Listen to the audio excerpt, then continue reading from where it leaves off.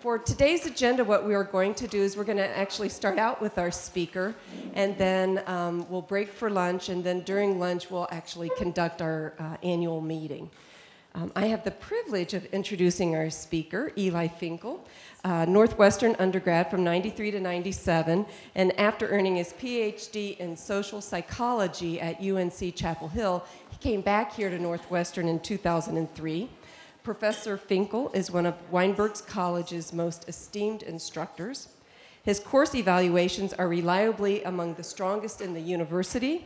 He has won over a dozen awards, recognition for his teaching and mentoring.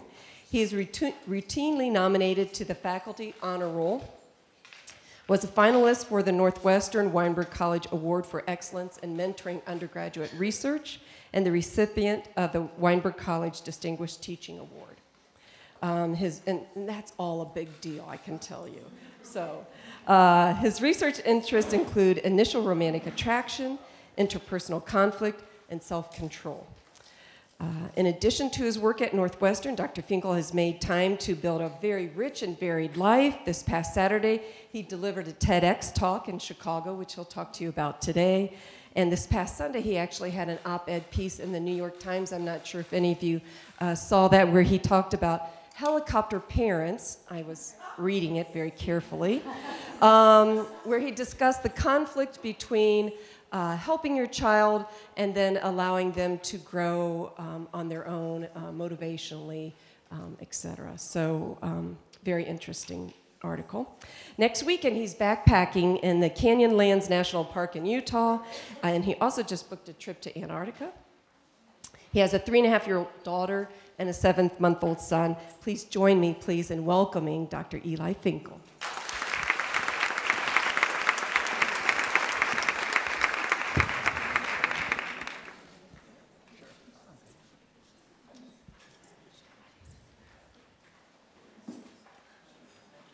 I am delighted to be here. And also for that, very grateful for the very nice introduction. The topic for today's talk is something in the ballpark of the science of romantic attraction, and I definitely will begin with that. But just about like 10 days ago, I was invited to give a TEDx talk, and then really sort of hurried to try to get one together. So what I'll do is I'll present about 20 minutes on initial romantic attraction. If you guys want me to stay on that topic, I'll probably launch into some work that we've done on online dating. But I also want to offer you the option, which I think is probably the better one, of launching into the TEDx talk, which is more about marriage. So when we get to the halfway point, we'll stop and take a vote about where I pivot to from there. Okay, so one of the things that's interested me about the science of romantic attraction is the extent to which we actually have insight into what it is that inspires us in a romantic partner. And in collaboration with a former graduate student of mine named Paul Eastwick, he was a graduate student here with me. He's now a professor at the University of Texas at Austin. We've explored this question of how much do we really know about our romantic about our romantic preferences. That is, can we be trusted to indicate what it is that we ourselves are looking for in a romantic partner? So when I use the term romantic self-insight, I'm really asking this question, do we know which qualities in a potential romantic partner will make us happy in a relationship with him or her? It's not a trivial question. It's arguably a pretty important question, and perhaps it's becoming more important all the time, because these days it's quite common for people to date online, and I am an enthusiastic advocate for online dating. But one of the features of online dating, I'm sure all of you know people who have dated online. Maybe some of you are avid online daters, in which case, God bless. But one of the features about online dating, if you think about a site like Match.com, for example, the way that those sites typically work is you indicate, so for example, this is area code, I think 60208, you would say, I would like to meet men between ages X and Y within this many miles of area code 60208, right? And you'd have a bunch of profiles pop up. A profile is basically a website. So you get a website, and this is, NU grad 73, whatever his name that he selected for himself, and you get to see his photos, and you get to learn a little bit about him.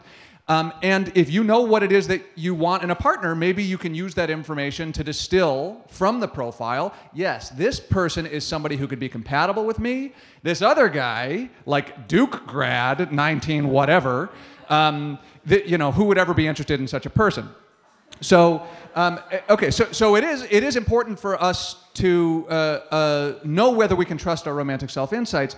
So when we tried to figure out this question, it might seem like a straightforward question, but there's actually a few different ways you can think about whether you really know what it is that you're looking for. And one model from the 1970s about how relationships develop is that there are 3 stages. The first stage is what you might call awareness. So this is something like what you might see in online dating. You see a profile, and now I'm aware that NU grad, whatever, exists. Does he know that I exist? No, probably not, but I am at least cognizant that the person exists. In a not online dating context, this could be you're at a party and you see someone across the room, or your friend says, hey, I know a guy and this is what he's like. These are all awareness stage processes. The second stage is surface contact. This is now you've actually met someone, right? So this is now you're interacting with somebody at a party, or you're on a first date. Or you've had some type of surface level contact, but you certainly haven't started a relationship together. You're very far from close. That's the third stage. The third stage is called mutuality. And the idea is now we've actually gotten to know each other a little bit. We've confided a little bit in each other. We're getting a sense of what you're like, what I'm like, how we interact together. And so we can ask this question about a romantic self-insight at all of these stages. So I want to talk a little bit about the science of how this sort of research happens, right? So there's a broad range of research paradigms that people like me, right, social scientists, use to try to answer these questions. For example, one thing that happens all the time is that we ask people about hypotheticals. What we say is, what are you looking for in a partner? That's not about any one particular person. That says, if you could like create your ideal man, create your ideal woman, what would he or she look like? Or you get a profile and you say, is that, or a hypothetical profile and you say, is that a good person for you? You could also get photographs. You could say, who's more attractive, this person or this person, right? That's another way that you can talk about, it's at the awareness stage. You've never actually met the person, but you can use research methods to show how people respond. There's also personal ads, which I talked about before, and online dating. These are the sorts of paradigms that scholars often use to discover what people's preferences are. And here's something that's important. Is it the case that your preferences when you talk about a hypothetical partner, or you talk about somebody you've met through an online dating context, or you see people in a photograph, can you trust that judgment to predict what will happen when you have met a flesh and blood partner in person, right? And this is relevant to the online dating context, because if your preferences when looking at profiles don't align at all with what you actually prefer face-to-face, you're wasting your time when you're browsing profiles. I should say one other thing before I launch into this. There are extremely robust sex differences, extremely strong sex differences when scholars study the awareness stage. Now, I should tell you, the scholars who are studying the awareness stage don't say, we are studying the awareness stage. They think they are studying relationships. I do not think that's true. What they're studying is what people think about what it would be like to be in a relationship. And so these paradigms about hypotheticals, about online dating, etc., always show the same sex differences, and this will not surprise you at all. Women, more than men, care about earning prospects and ambition. Men, more than women, care about physical attractiveness. These are enormously robust findings in the scientific literature. There really aren't any debates about it at this point. What nobody's really noticed until Paul Eastwick and I started delving into this is, yeah, but what happens when you meet a flesh and blood partner? Do you get the same story? Right, so that's what these question marks are about. Are the sex differences there when you actually are talking about happiness with a first date, happiness in a marriage, or what have you? So, from the perspective of my field, right, so this is social psychologist, there is a dominant theoretical paradigm, a dominant way that people in my field go about trying to explain why there are these sex differences in romantic attraction, why women more than men prefer ambition and earning prospects, men more than women prefer physical attractiveness. So here's the nature of this dominant theory. It is based in evolution and differential parental investment. The theory, and I should say I will express some reservations about this later, but this is how the theory goes. Men and women have a different amount of minimum parental investment And what that means is it takes a woman, at minimum, 9 to 10 months to create an offspring. How long does it take a man? 9 to 10 minutes? I mean, it doesn't necessarily take him that long. And the argument goes that because her minimum investment is so high, she needs to be very careful, and in an age where women couldn't support themselves, right? So going back literally hundreds of thousands, millions of years ago, women would have certainly benefited from somebody who would help them raise their child, et cetera. So that's why women have evolved to care more about resources. Men really should look for signs of fertility, right? Actually, I'm jumping ahead of myself. So men's reproductive success is limited by access to fertile mates, right? It's not that easy for a man to get a woman to mate with you, the theory goes. And so they should prioritize indicators of fertility. Indicators of the woman's material resources, the theory goes, should be less important. In contrast, women's reproductive success is limited by access to material resources, so they should prioritize indicators of the ability and the willingness to invest those resources, whereas indicators of the man's fertility status should be less important. Okay, this theoretical perspective, this is the dominant, the most influential theoretical perspective of those sex differences I told you about. It depends upon the sex differences emerging in surface contact and mutuality context, right? If it's only when you're talking about hypotheticals, it's pretty hard to argue that that was evolutionarily adaptive, right? That people passed on their genes if they thought they wanted something that they didn't actually want, right? So it's a little dubious. Now, the reason why I am occasionally popular on campus is because I sometimes run speed dating events for our undergraduates for the love of science. And for those of you familiar with the Norris University Center, we run these in the Ditmar Art Gallery, which is right on the other side of Starbucks.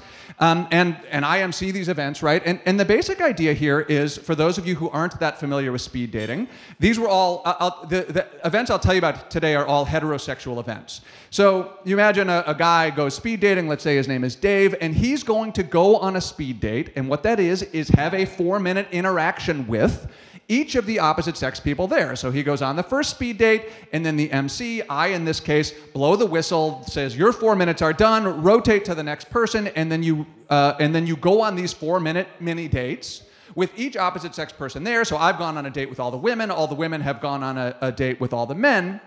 And this method is neat because what it allows you to do, and this is what we did, is it allows you, when people sign up for the event, 10 days before they actually attend the event, we can say, what is it that you're looking for? What characteristics are truly important to you? And what do we find? What everybody else finds. So call Northwestern students weird in any way, shape, or form, but they're not weird in this way. The women, relative to the men, said they wanted ambitious, high-earning people. The men, relative to the women, said they wanted physical attractiveness. Now, of course, everybody prefers an attractive person over an ugly person, or an ambitious person over a slothful, live with my mom forever person. But are there sex differences there? The answer for this 10 days earlier questionnaire is yes. Women at Northwestern, these are undergraduate, high-achieving, intelligent women with big career ambitions, prefer ambition and earning prospects in a man more than the man prefers it in the woman, and vice versa for physical attractiveness. So our exact sample of people show those sex differences that everybody else shows. But what we can do that other people somehow never got around to bothering to do is say, okay, you just told us what you care about in a partner. Now let's introduce you to 12 different opposite sex people, potential romantic partners in every case. You rate them on the degree to which they're physically attractive, the degree to which they have high earning prospects, also other characteristics, the degree to which they're kind-hearted, for example. How strong are those things as predictors of your overall romantic interest? And so here's what we see 10 days earlier. Women, I told you this before, men more than women say they want a hottie. Women more than men say they care about earning prospects. You'll see everybody at this stage, I mean, they're going speed dating, right? But people care more about physical attractiveness than they care about earning prospects at this stage. And everybody wants somebody personable, somebody nice and friendly and warm, right? And generally, there's never been sex differences on the degree to which people want that. Everybody wants a warm partner, or says they want a warm partner. But now let's pivot to actual mate preferences. And what I'll show you here is the correlation between how much you rated that this particular man has a certain trait, is physically attractive, has high earning prospects, what have you, and your level of overall romantic interest in him. Are you following this? I'll sort of walk you through this as I go, right? This is physical attractiveness. And what do you see? You see this is considered to be a moderate to large effect, such that men and women like attractive partners over unattractive partners. But what you should see there is those bars are about the same. There is no difference, and when you do the hypothesis test, there is nothing anywhere close to a statistically significant difference. It is safe to conclude from these data, for this particular study, at least for these Northwestern undergraduates, who told us earlier that they cared differentially about earning prospects or physical attractiveness. Now there is no difference. Earning prospects, in general, people, this is now a small to medium size effect. In general, Northwestern students tend to be more attracted to people who have good earning prospects and are highly ambitious over people who have bad earning prospects and aren't ambitious. But that effect is not particularly huge. Of course, at Northwestern, everybody's reasonably ambitious, so that might be part of the reason why it's not a huge effect. But the more important thing is there is no difference between men and women in how much they are inspired by the degree to which that man they just met has high earning prospects, or that woman they just met has high earning prospects. And personability, same thing. On a speed date, it turns out that personability, like having somebody warm, is a medium effect size, but men and women care equally, which is what you might have expected. But what does this mean? These are the same people, right? It's not like, well, we had the people who filled out the questionnaire and then we had the people go speed dating. The people who filled out the questionnaire are the people who went speed dating, and it raises an important question. To what degree do people really know what they're looking for in a partner? And I'm just realizing that I think I postponed that question until later. Let me answer a different question. Northwestern University students, how could we possibly generalize from this sample to the world at large? So we took a lot of heat for this because we're really swimming upstream against the dominant theoretical paradigm in our field, right? If it's true that men and women say they have these differential preferences, but when they meet a flesh and blood partner, that preference goes away, well, those people who've built their careers on advocating for the evolutionary psychology explanation don't like hearing that. And they came after us pretty hard, right? And so we said, okay, fine, we get it. We need to do something more impressive than what we've done thus far. And so what we did is we did a meta-analysis. For those of you who might be unfamiliar with the term, a meta-analysis is where you seek out every published and unpublished study that has ever been conducted on your topic by anybody, anywhere in the world. And there's a variety of things that you do for this. You send out emails to your professional listservs, you scour the various journals, and you try to unearth every single possible finding relevant to your topic, your question of interest. We included all studies that anybody had ever done that looked at a specific person you've met face to face, not online dating, not hypothetical, not photographs, not personal ads, someone you have actually met. And then we said the dependent variable here, so the thing we're trying to predict, is some measure of romantic interest. And because now we're not just talking about speed dating, we're not just talking about initial attraction, we're now talking about how happy are you in your marriage, right? The whole range, the whole gamut of different evaluations. We had a whole bunch of different measures that fit romantic evaluation. So early on, it might be romantic liking or attraction. Later, it might be dating satisfaction or marital commitment or trust or intimacy or passion or love, anything that says, I'm into this relationship. This relationship is going well on some reasonable dimension. And then the independent variable, the things we were using to try to predict the level of romantic evaluation, is some measure of physical attractiveness, earning prospects, or both. So studies that talked about people you've actually met face to face, could be your husband, could be a speed dating partner, whatever, it has to be somebody you've actually met, that had some measure of romantic evaluation and that had some measure of either physical attractiveness or earning prospects or both. That was eligible for our study, and we included everything. By the way, one other neat sort of methodological point here is if you look into this literature, you actually get a bunch of different types of measures, right? So for physical attractiveness, it could be my report of how attractive you are. It could be your report of how attractive you are. Or it could be like there was a photo taken of you and 10 independent observers rated how attractive you are, right? And you can get this also for my assessment of your income or your earning prospects, objective assessments, et cetera. So and I should just cut to the chase here. It doesn't matter. The results I'll show you are the same whether I'm reporting on how good looking you are or how good your earning prospects are, whether you're reporting it or whether we have an objective measure of those factors. Now, for physical attractiveness, we were able to find 97 studies with a total of 29,000 participants, 29,000 people. Earning prospects, we were able to find 56 studies, but some of them were large. So now we had over 50,000 people. So collectively, we have something like 80,000 observations right now. And now we're talking all over the world, not just college students, not just young people, right? All over the world, totally broad range of samples. What do we find? Physical attractiveness. A moderate to large predictor of romantic evaluation, that is satisfaction in the marriage or whatever else it is, but it is equally strong for men and women. There is no difference in the effect size for men and women. That is, men and women are equally happy in their relationships as a function of the degree of physical attractiveness of their partner. What about earning prospects? Well, this one's smaller. Turns out that, you know, if you're trying to figure out what is it that's likely to predict how happy you are in your marriage, that the income of your spouse probably is less strongly associated than you might have thought.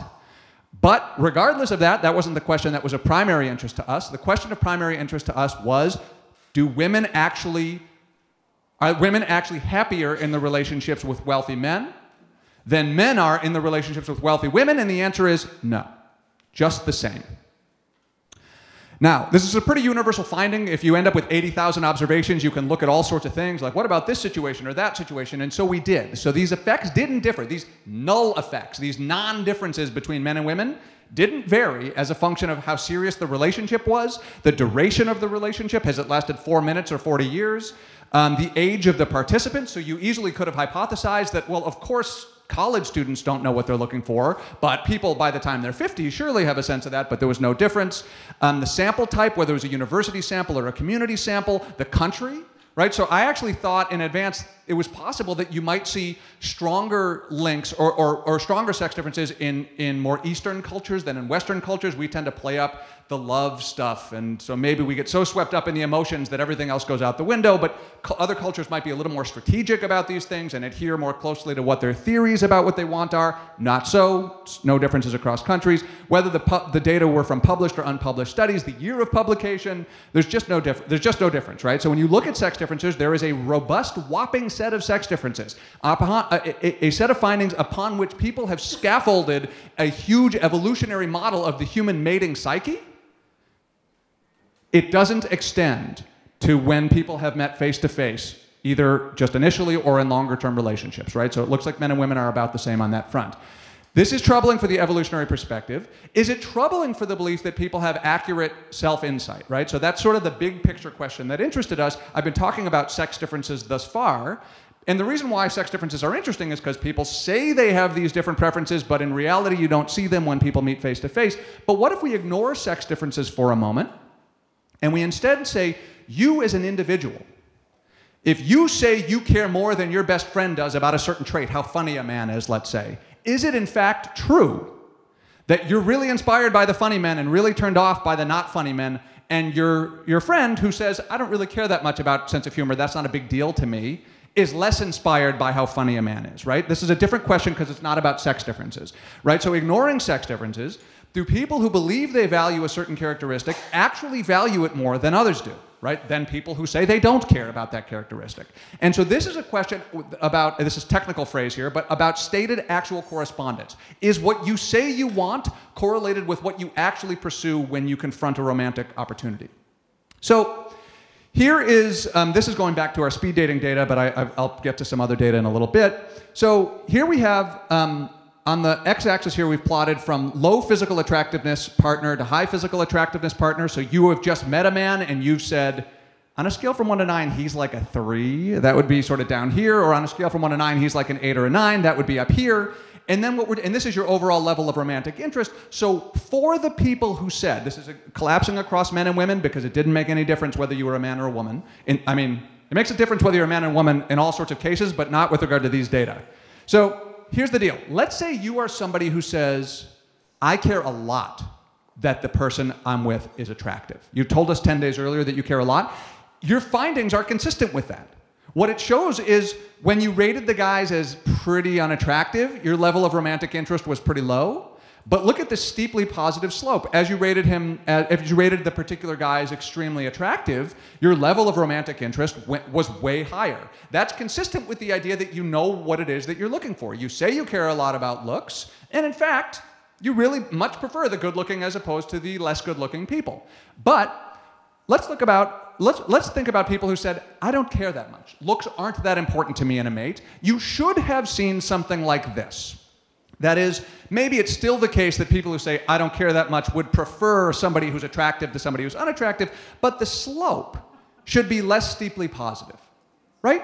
That's what it means to say, I don't care that much about physical attractiveness. But that's not what the data looked like. This is what the data looked like. So yes, if we want to give you credit, if you're somebody who says, I care a lot about how good-looking partners are, correctamundo, nice job, you do care a lot. It just so happens you care precisely the same amount as somebody who says, I don't care at all. And what if we look at earning prospects? That's what it looks like, two exactly parallel lines. That is, the degree to which the man has low versus high earning prospects is exactly as strongly associated with your level of overall attraction to him. As regardless of whether you said, that's totally important to me or totally unimportant to me, it makes no difference. And this is personable, and it's the same thing again. Now, we did a quirky little extra study because what we want to say is that romantic self-insight is particularly difficult. Romantic relationships are enormously complicated. People are difficult to break down into their constituent traits, right? We experience people as whole collections of various traits and characteristics and qualities, and it's not easy to extricate or extract this quality or that quality. And we wanted to say that's the problem. But there's another explanation that's consistent with the findings that I've shown you, which is we never have any clue what we want under any circumstance. So we did a silly study where we asked people, how much do you like sugary cereals? And then we had them rate the degree to which they actually enjoyed a whole bunch of cereals. That varied in the sugar content. I know that seems ridiculous. That is exactly analogous to what we had done with the romantic case. How much do you care about physical attractiveness? Then you met a bunch of people who varied in their physical attractiveness. This time, it's sugar. And you get exactly what you should have seen in all these other graphs, which is that people who say, I gotta tell you, I love sugary cereals, in fact, like the sugary cereals more than the non-sugary cereals. That's the black line here. But the red line is people who say, I don't really care that much about how much sugar is in my cereal. And in fact, what you see is they don't care very much. That is, as the cereal goes from lower sugar to higher sugar, their level of liking for the cereal doesn't really vary. Okay, one last thing I want to show you. These are undergrads. It could easily be the case that they just don't know their preferences yet. So what about older people, not students? And what if one is already in a relationship with a partner? It's not just a speed dating initial attraction context. This is somebody that you've already developed a potentially serious relationship. And so let's look at actual correspondence again, but this time in a different sort of study. We ran another study where we recruited 500 adults. This time they were adults with a wide variation in age. On average, they were 41 years old. And the procedure was, at intake, at the beginning of the study, romantically unattached participants reported on their mate preferences. So these are people who are single at the beginning of the study, but interested in meeting people. And they tell us, how much do you want? A whole range of characteristics. It wasn't just earning prospects and physical attractiveness and personability, but now it's political orientation and a whole range of different characteristics. And then about 2 or 3 years later, we followed up with them and said, hey, are you seeing somebody? And about a third of our sample was actively involved in a romantic relationship, and we said, okay, great. Tell us about that person. To what degree does that person have these sets of qualities? And we could compare that to what they said 2 years earlier. For those of you those people in the sample who weren't seeing somebody, we said, okay, report on the person you're most interested in. And again, we could look at the correspondence between what you said years ago that you were interested in and the degree to which this person has those qualities today. And we looked here at romantic interests, the sorts of things I was showing you before, but also marriage intentions. So this is not speed dating anymore, right? These are grown-ups who are dating usually with a purpose. Marriage intentions, and some of them were actually engaged or married, so we looked at marital status too. Is it the case that you are more likely to be engaged with somebody 2.5 years later if that person's qualities aligned with what you said you cared about at the beginning of the study when you were single? I don't want to walk through everything. Let me just say we got this 21 times. What this means is that regardless of whether we're predicting romantic attraction or intentions to marry or actual marital status, and regardless of whether the quality in question is physical attractiveness or earning prospects or political perspective or what have you, people who say they care a lot about a given quality don't care any more about that quality when it comes to decisions, including whether to get married, than people who say they didn't care very much. Let me conclude here. Are there sex differences? Yes, of course there are sex differences. Everybody finds them all over the place. Once you start bothering to study people looking at flesh and blood partners, though, those sex differences go away. Do we have accurate self-insight? Sadly, we do not seem to have accurate self-insight about specific qualities we're looking for. I should say the story is very slightly more complicated because we tend to be sort of okay under some circumstances at like rank ordering a whole range of qualities. I care more about this quality than that quality. So if you do that across 30 or 40, we're a little better at figuring out relative to somebody, you know, being a good boxer, I care that, you know, he's actually a good golfer or something, right? You can sort of do that a little bit, but that's not what we do when we ask people what they're looking for. We ask them to list traits, specific characteristics or qualities that are particularly important, and they don't know what they're talking about. So when you try to set somebody up, don't listen to them. All right, that's all I got. So here I am. I've got, from here, why don't I let you help me decide? So I could either take some questions or comments about this, and also I could put it to a vote if you guys want to hear a little bit about online dating or a little bit about the marriage hack. And what do you prefer? I think that is the more fun one. So let's do that. And it's an 18-minute talk. Do I have 18 minutes? Okay, great. Okay, so this is something. Okay, so I'll take questions about both talks at the end. So this is something that will feel different to you. That last talk that I gave is a scholarly talk. It's a talk that's really, you know, research-based. The talk I'm about to give now is also research-based. But it was built to be a TED-style talk. I gave it at TEDx U Chicago on Saturday. It was a very stressful experience because I got about a week to prepare it. And think about what would happen to you if somebody said, we would like you to give a TED talk. For those of you unfamiliar, the motto is ideas worth spreading. You get 18 minutes to say something profound. Go. I was freaked out. But long story short, I came up with something that I think is not totally horrendous, and I'm sort of excited about it, so I'd like to share it with you. But you'll notice that the flavor of this talk is a different type of presentation than what I just had before, because that was the sort of thing I would give at a conference. This is the sort of thing that I would give if there's a chance I would end up at TED.com with like 20 million views, which is unlikely. But at least I'll have like 100 views, and that's good enough for me.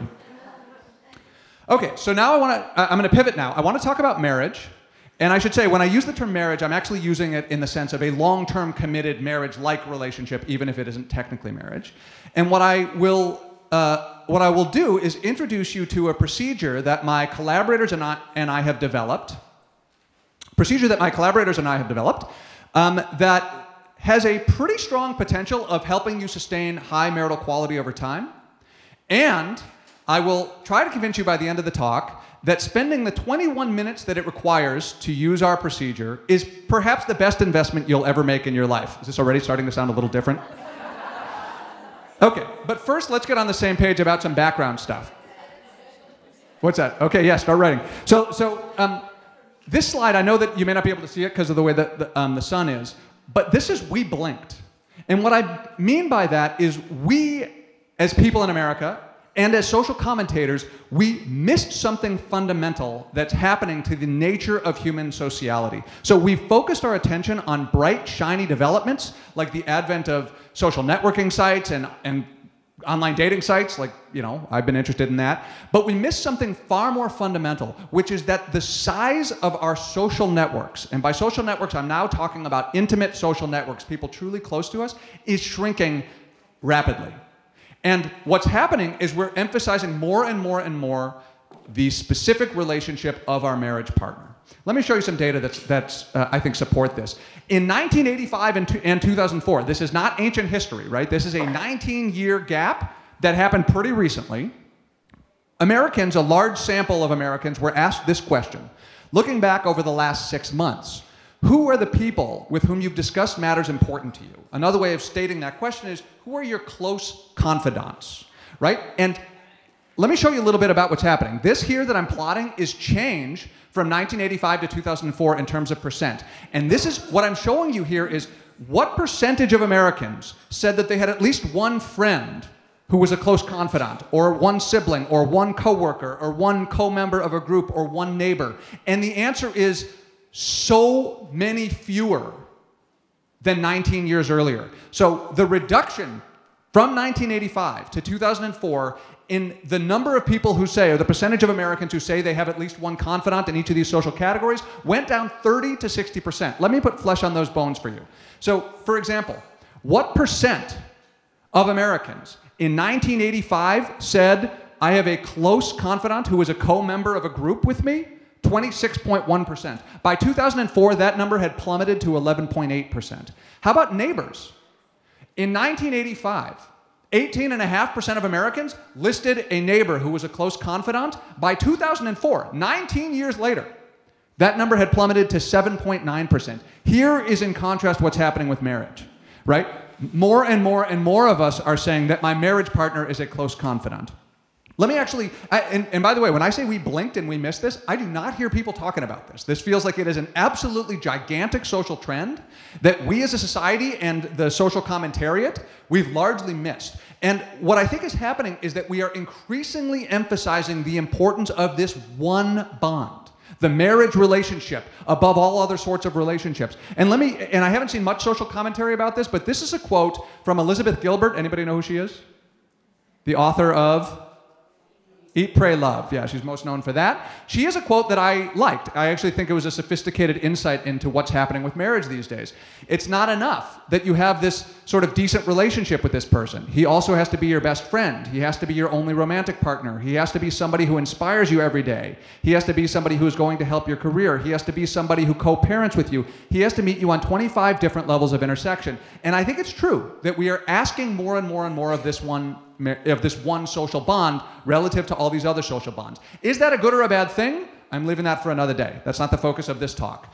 But what I want to say is the marriage hack, this procedure that I think is pretty effective at helping people improve their marriage, would have been useful 25 years ago or 50 years ago or 100 years ago, but it is increasingly essential today. Right? As we put more and more of our eggs in this one basket, it's more and more important that we have a high relative to a low quality marriage. And look, let's face facts, having a high relative to a low quality marriage has always mattered, right? So in terms of marital quality, for example, you probably think that the amount of satisfaction you have with your financial circumstances is a strong predictor of your overall life satisfaction, or the satisfaction with your physical health, or with your friendships, or with your career, and you'd be right. All of those things are important predictors of our overall life satisfaction, how happy we are in general. But the marriage, how happy you are in the marriage, is twice as powerful a predictor of your overall life satisfaction as satisfaction with health or career or what have you. And it's not just predicting your happiness. It's actually a pretty strong predictor, in some cases an extremely strong predictor, of your overall mental and your physical health. Let me present to you the results of one study. This is a study published in 2001, and what they did in this study is they recruited 200 congestive heart failure patients and their spouses. And they coded at the beginning of the study the extent to which you have a high quality or a low quality marriage, and they compartmentalized the sample into people who had a high quality marriage and people who had a low quality marriage, and then they followed them over time. And what I want to show you in this graph is who was dead 2 years later. This is actual mortality, right? You might think social science, those are sort of namby-pamby measures. This is death. It's a good study with a really pretty impressive dependent variable, right? What you see for the people who were categorized at the beginning of the study as having a high quality marriage, 16% of them had died. These are, at the end of the day, congestive heart failure patients, right? They don't necessarily have long lifespans, although there's high variability, of course. 16%. What about the low quality marriage people? 45%. 45% of the congestive heart failure patients were dead 2 years later if they had a low quality marriage. Stated otherwise, if you are a person with congestive heart failure, you are about 3 times more likely to be dead 2 years later if you have a high quality rather than a low quality rather than a high quality marriage. So that's arguably good news, depending upon the nature of your marriage. Let me also, let me introduce you to some potentially bad news. This is the trajectory of marital well-being over time. And this is one study, but I could show you a range of studies. So this is the newlywed era. This measure is marital happiness, and this is plotting 50 years. A pretty impressive study. And there's a broad range of studies that show generally the same point. Do we realize that our marriages are getting a little less good all the time? Often we don't. We misremember the past. It's okay, maybe it's not so great, but it used to be terrible, right? You sort of convince yourself, like, oh, still going up. It's getting great. But the evidence is, on average, I can't speak about any one of your marriages, and I'm sure every one of your marriages totally defies this trend. But on average, your marital quality goes down over time. And what was sort of sad to me when I delved into this literature is I thought, well, of course, there's like a honeymoon period of a couple years that's really like artificially happy, and then you sort of settle into a stable trajectory after that. Not so. It goes down, at least for the first 50 years, which is all that's been studied thus far. But luckily, we live in the 21st century. And at this point, scientists have been delving into human social psychology for a long time, and we have a lot of insights into what it is that can help make marriages better or worse. The problem here is that when people think about intervening in marriage, they tend to have it exactly wrong. The logic tends to be that when we think about intervening in marriage, we think about marital therapy. When we think about marital therapy, we think about, good heavens, this marriage has been unsatisfying to both of us for a very long time, and now one or both of us is thinking we might actually have to get divorced, seek out help. Not unreasonable, right? That's probably a good time to get help. But by that time, you have some pretty nasty interpersonal habits, and there's a lot of scar tissue, hurt and anger, and it's pretty hard to reverse that freight train once it's already going that way. It's not impossible, and I don't mean to be discouraging. But the right way to think about intervening in marriage is the opposite. It's not when things are so bad that we might actually have to divorce that you should say, what can we do to make this marriage better? It's when things are so good that you say, I feel pretty lucky to be involved in this relationship. Can we sustain this for the long run, despite the fact that most marriages aren't able to do it? That is the time to intervene. Or, in the words of JFK in his 1962 State of the Union address, the time to repair the roof is when the sun is shining. Now, he was talking about the economy. It applies also to your marriage, and frankly, also probably to your roof. So, now what is this marriage hack? I'm using this term marriage hack. So some of you might be familiar with this new term that's come out over the last 5-10 years called a life hack. The idea of a life hack is it's a quick and dirty workaround type solution to a big problem. It's not necessarily the most elegant or the most efficient solution. What it is it's a solution that's easy and it works, right? Same idea with the marriage hack, right? So I don't think anybody's used the term before, but I mean the term in that sense. There's a big problem that we're trying to solve, which is, in general, marital quality goes down. Is there some sort of quick and dirty workaround solution that we can develop to prevent that, to sustain high marital quality over time? So we focused on conflict in marriage. Now, I don't think conflict is the be-all, end-all. It's not the only thing that matters in your marriage, to be sure. But it is the most robust, the most reliable predictor of whose marriages are flourishing versus distressed. And so when we came into this and we said, is there anything quick and dirty that we can do to try to help people sustain high-quality marriages, we focused on conflict, because that seems to be, in a large sense, where the rubber meets the road. Now, turns out marital researchers, mostly not me, but marital researchers have done a lot of work over the last several decades. Really, since the 70s, there's been an enormous amount of work showing how we should have conflict, showing that there are certain types of conflict styles that are particularly corrosive and destructive, and other types that are particularly constructive and helpful. For example, contempt is bad. Rolling your eyes at your partner, not good. Validating your partner's perspective, recognizing that your partner is making concerted efforts to change, good things. Now, all of you know this, and the reason why you know this is because you are not currently in a fight. It's easy to know these things in the abstract, but it is pretty hard to remember to be good all the time in the throes of some anger, right? And so what we wanted to do is we wanted to build an intervention, a marriage hack, if you will, where the focus was, let's get these people a little bit of psychological distance, right? Let's not let them get so consumed in the moment of the conflict that they forget how to fight nicely. They forget, wait, there's a lot of good in the relationship too. And so that was the nature of what we tried to build. We got some funding from the National Science Foundation. I was able to recruit an all-star team of collaborators. Erica Slaughter and Laura Lukes were grad students here. They're now professors also, but they were grad students with me, and Greg Walton and James Gross are professors at Stanford.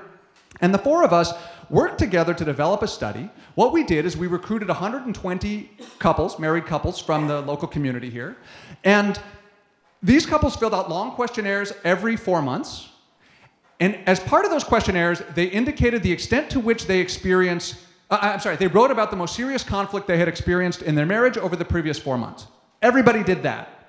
In the second year of the study, we took half of them. We randomly assigned half of these 120 couples to the marriage hack condition. And the only difference between the people who stayed in the regular condition and the marriage hack group was that in addition to filling out these long questionnaires, including a discussion of their conflicts, they also wrote for an additional 7 minutes during each of the 3 year 2 questionnaires. Specifically, what they wrote about, I should tell you, before I tell you what they wrote about, these are sample conflicts. I find these sort of fun to read, so she thought I wasn't listening because I asked her to repeat what she was saying several times.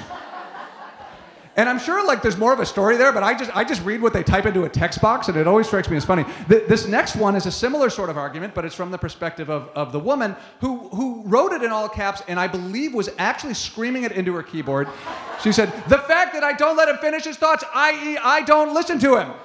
Which is funny to read, by the way. Okay, so there's also, "My husband thinks I should do more exercise. I'm in perfect shape, and he keeps saying that I need it." And I grant you, like, I'm all like marriage expert guy and stuff, but I can tell you that any man who's making this mistake is going to have a marital conflict. "My husband messed up the bathroom and denied that he did it." This one cracks me up because I think what the person actually meant is like he was doing some plumbing and then like the water leaked or something, but I like to think he just like had a real gastrointestinal extravaganza and then like walked out and was like, "What? You know."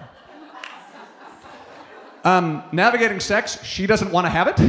This is, as I'm sure you're not surprised to hear, this is a surprisingly common conflict in marriage. This is another surprisingly conflict one, the way we discipline our children.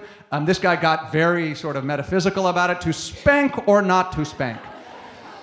Anyway, that gives you a sense of the sorts of conflicts that people were reporting. And look, people fight about this stuff. This isn't, aside from the bathroom thing, which is just funny. I mean, this is this, you're not listening to me. We can't get on the same page about when and how to have sex and how to discipline our children. That's what people fight about, right? And we saw examples like this all over the place. Here's what happens. In the default perspective, when you are having conflict, you see things through your own eyes, right? It is very easy for you to say, I'm being a pretty good person here, but look at all this crap you're doing, right? And I am morally righteous about how good I am relative to that awful stuff you're doing. And that's all well and good, except that your sparring partner, in this case your spouse, probably thinks the same thing. And that is not a constructive way to go about conflict, right? And so what we wanted to do is get people into a different sort of mindset. And so we had them write. This is this extra 7 minutes of writing that they did. They wrote in response to 3 different prompts. After they wrote, which everybody did, about the conflict, the first thing that they did is they wrote for about 2-3 minutes about trying to think about the conflict from the perspective of a neutral third party who wants the best for everybody. So again, already you're getting sort of out of the perspective of me looking at you and focusing on what you're doing that's making me so angry to this external perspective where I see us as a couple and I get a sense of like, wow, I'm sort of being petulant and you have a reasonable point. And oh, by the way, we're also a couple and we're married and this isn't what defines our marriage, right? Once you can get out of that mindset. But we didn't only want people to think about this stuff for the past. We wanted them to be in this mindset for the future. And so the second writing prompt was, what obstacles will you confront when trying to adopt this perspective in your marriage going forward? So when you're having conflict, it's often hard to have a third-party, neutral, benevolent perspective. Well, why do you think that'll be difficult? And people listed their own reasons. But we didn't want them to be pessimistic, so the third and final prompt was, how can you surmount these obstacles? So you just told us why it's going to be hard for you when you're in the middle of a fight to adopt this neutral, benevolent, third-party perspective. How can you overcome those problems, right? This is the only difference. So you would have written about 2 to 3 minutes about each of these, about 7 minutes in total, 3 times over the second year. In all other respects, you're just the same as the other participants. Let me show you what we found. This is, sadly, what we find for people in the no intervention condition. And oh, by the way, this exactly echoes what we saw earlier. Marital quality tends to go down over time. Right? This is over the course of the 2-year study here, so this is the study entry, and this is 2 years later. And you'll notice that the marriage hack, I already told you, started at the midway point. It is only in the second year of the study. And so what we can do is we can say, those people who were assigned to our special intervention, did they show this downward trajectory and what happened to it? And what you can see here is that line, that red line after the marriage hack begins, statistically speaking, is flat. What that means is that in contrast to all the previous research and also the people in our own study who show this pretty reliable decline in marital quality over time, In the marriage hack, you sustained that level of quality that you had when you started the marriage intervention. Now, I should also tell you, this is not just a marriage hack, this looks like it's a life hack, because unbeknownst to us, this was sort of an unexpected benefit. Relative to the people in the control condition, the no intervention condition, people who did this extra 21 minutes of writing were significantly less depressed at the end of the study, less stressed, and globally more happy with their lives.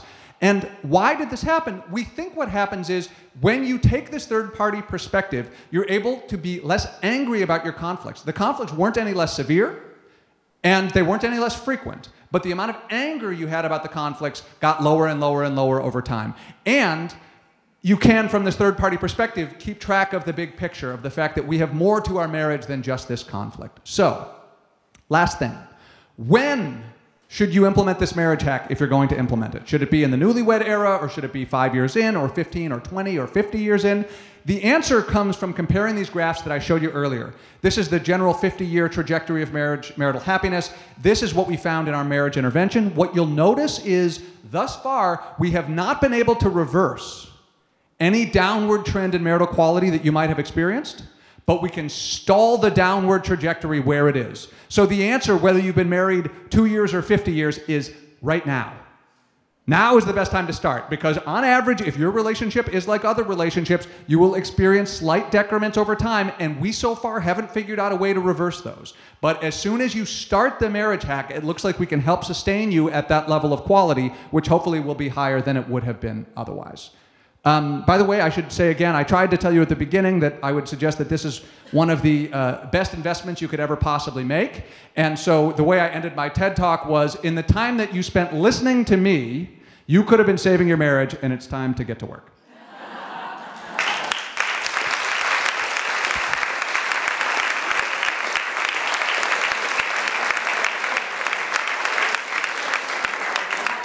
Open it up for questions. I'm happy to take them about either topic, or really about anything. Yes? Do you have any research on second marriages? I do not have any research on second marriages, and I'm not particularly knowledgeable about them, except they're a little bit more likely to end in divorce than first marriages. However, both of my parents have been happily remarried for 30-some years, and I've been delighted. But no, I don't. From a scientific perspective, I'm not. There are people who study that, but I don't really know the literature very well. Yes?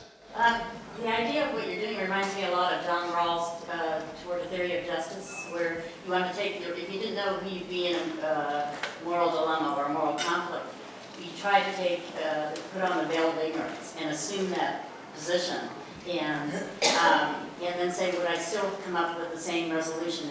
And they say, he said, mothers use it all the time. If you have one orange and 2 kids, you say, okay, whoever cuts it, the other person chooses, and you're going to get that distribution. And you made a lot fairer. I like that. Yeah. And so I think that you could also suggest that people read John Rawls' book. He's phenomenal. Yeah, I had actually forgotten about that, but you're right. That is very similar. And actually, I'm amazing at doing the veil of ignorance. In fact, for me, it's not a veil. Yeah. I have like legitimate ignorance all over. So I'm gifted at that. Yeah. Is the decline of happiness in a marriage, is it related to the idea that we now have greater expectations for that marriage, where if you link that to that other chart you showed, where we're now expecting a lot more of our babies? I think they're related. So the question is some of the reason why we experience a decline in marriage that we have unrealistic expectations? And I think the answer is that's likely to be part of it, and that's something I sort of like held aside. I was like, that's a topic for another day, the freighted marriage. It can't explain the 2 graphs, because the 50-year graph predated some of these really recent changes, like between 1985 and 2004. But yes, I mean, really, if you want to go back, like, not on the order of 20 or 50 years or something, but if you want to go back a couple hundred years, the major change that's happened in marriage is that love conquered it. And there's actually a good book, if anybody's interested, called Marriage: A History, How Love Conquered Marriage or something. But the idea is marriage used to be a sort of political or economic arrangement, and more for better than for worse, it's increasingly, and in recent decades rapidly, become more about love and personal fulfillment and expectations, right? And that quote from the author, from Elizabeth Gilbert, is really specific about what am I looking for the marriage? I'm looking to have him do this for me, and do this for me, and do this for me. Is it the wrong way to think about marriage? I'm not sure. But it's asking a lot of the marriage and stuff that we never used to ask. In the Middle Ages, hot, passionate sex was standard operating procedure, but not with your wife, right? I mean, courtly love. I mean, you wouldn't want to do that with your wife. It'd be ridiculous, right? I mean, so I just want to keep it in perspective here, and it's important that we realize that the institution of marriage is a living, breathing thing that across historical and also cultural epochs looks really, really different. So we tend to get caught up in, no, marriage is like this, and it's always been like this, and there can't be any other way to do it. And, from a divine perspective, I'm not qualified to answer that. But from the perspective of a social scientist, it is factually false. Yes? This question, do you have any data that talks about the impact of children on marriage? Because I think Do I have any data? Should I show you my own marriage? Bad. The effect of children on marriage, it does not tend to be good. You tend to have a whole lot less sex. Probably even with your other courtly lover or whatever. There's way less time. Honest to God, there's less time. And look, having young children, so I have a 3.5-year-old and a half-year-old, who, by the way, just learned how to wave. 2 days ago, he learned how to wave, and literally, there's a video, I've been watching it 20 times, where he's like this. It's like, hi, and he goes, he's very proud of himself. He's just staring at his hand. He's like, look what that does, So yes, marriage. Kids tend to be troubling for the marriage. There's way less time for the marriage. There is a lot more fighting about all sorts of aspects of the domestic sphere, and also how many hours people are working away from home and travel. So it is hard. And I encourage everybody who's thinking about having kids or knows people who are thinking about kids, be tolerant of the challenges that you'll face in your marriage in the short run, because it is a hard thing to do. Yes. I liked your expression earlier, let me put some hair on these bones. Did I say that? Let me put some hair on these bones? Those are put some meat? I prefer, look, I love hairy bones. I'm going to ask you to put some meaty skin. Sure. Not hairy skin. On the bones and kind of do a role play. You said in your marriage hack, think about a conflict from a third-party perspective. Yeah. What obstacles and how can you overcome? Just take an example of somebody's conflict and go through that. Yeah, so there was one, turns out if you have 18 minutes to give a TED talk, there's 50 million things you try on that get jettisoned to the cutting room floor. There was one that I had, so these people fought about money each time. So each time it was how I pay the bills, or we're fighting about money. It was loosely the same fight every 4 months. They reported on the same thing. Not an uncommon thing to fight about, by the way. And what did she do? Yeah, so the first time she wrote, trying to adopt a third-party perspective, she said, well, okay, if I adopted a third-party perspective, I'd be able to be a little less angry and upset. And I think that was already a pretty good way of thinking about it. By the third time she wrote, now mind you, not everybody wrote about the same conflicts every time, but she did.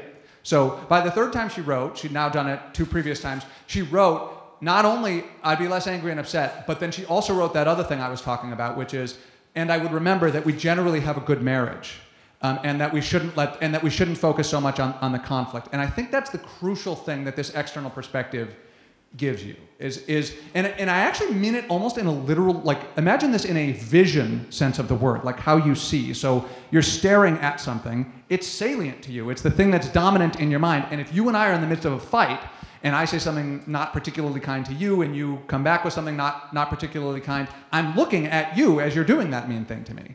But imagine looking at it from a third-party perspective. You're looking at 2 people behaving probably a little bit childishly, who probably under other circumstances would actually be able to get along quite well. And I think that's the main thing that this external perspective reminds you of, is the conflict isn't all-consuming, even though it feels like it in the moment. And I should say, one other thing I didn't mention is the marital quality measure that we had was an overall amalgamated measure that included trust and intimacy and satisfaction and love. But maybe importantly, it included sexual passion too. And so what's sort of amazing is thinking about conflict from the perspective of a neutral third party keeps you hotter for your partner over time. And talk to any marital therapist, that's like the holy grail. Right? How can we sustain sexual desire and romantic passion for our partner? Turns out that thinking about conflict from this perspective for 21 minutes over the course of a year seems to help to do that. We were sort of surprised that the effect went that far. I'm happy. Do I still have a couple more minutes? Okay, you, then you. So I Yeah. understood your graph about your spouse being confidence going up and the marriage going down. Is there like? I'm sorry, say that again. The number of people who use their spouse as their confidant. Confident, went yeah, up, yeah. And marriage went down. Is it bad to have your spouse be a confidant? Is that what? Part of the reason why I've postponed this, so I'm currently working on an article about this. I thought that my answer was going to be yes, that it's bad. This is a paper that we're calling, and I think I just currently bought the URL, freightedmarriage.com, because I think I might write a book about this. But so the idea is we've freighted marriage. That is, we're asking more, and we're asking of this one institution, this one relationship, more and more and more than we've ever asked before. And I thought, and that's bad.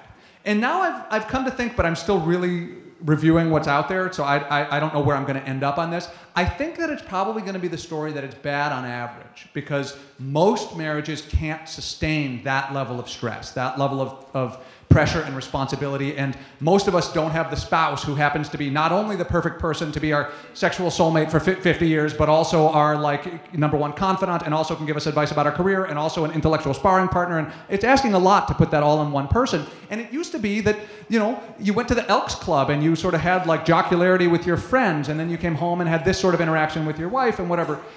It's a different world, right? That's really changing. And so I used to think it was bad. What I think I'm going to get to as I keep reading what's available in the literature is that most marriages can't hack it. It's too much to ask of any one marriage, and we should try to sustain outside friendships and start belonging to groups. I mean, you guys are the exception. I mean, social organization, involvement in social groups. You guys know the book Bowling Alone?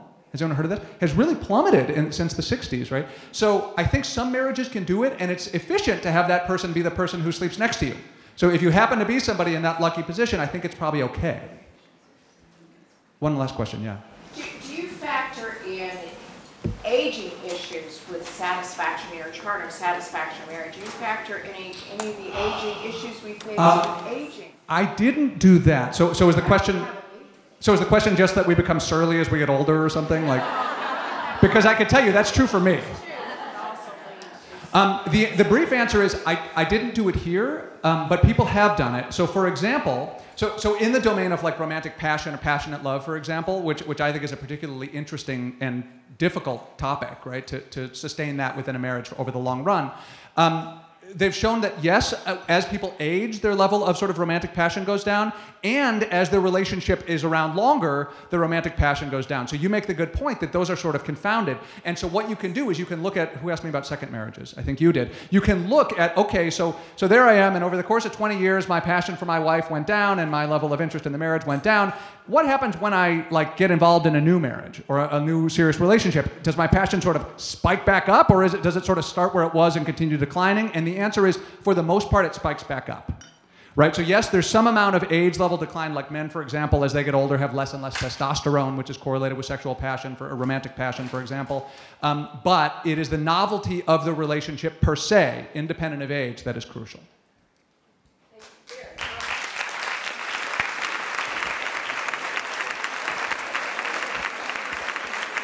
So you know what I'm doing for dinner tonight with my husband.